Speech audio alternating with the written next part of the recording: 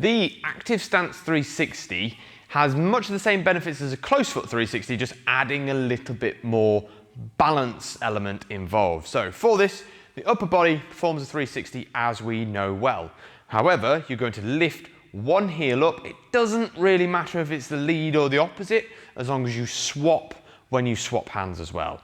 So you've got most of your weight on the one leg. We enter the rack stance and perform our 360. Now you have less support through your feet this time, so you have to really control that core motion to try and stay as central as you can. And of course, when we change hands to do the other side, we also change feet.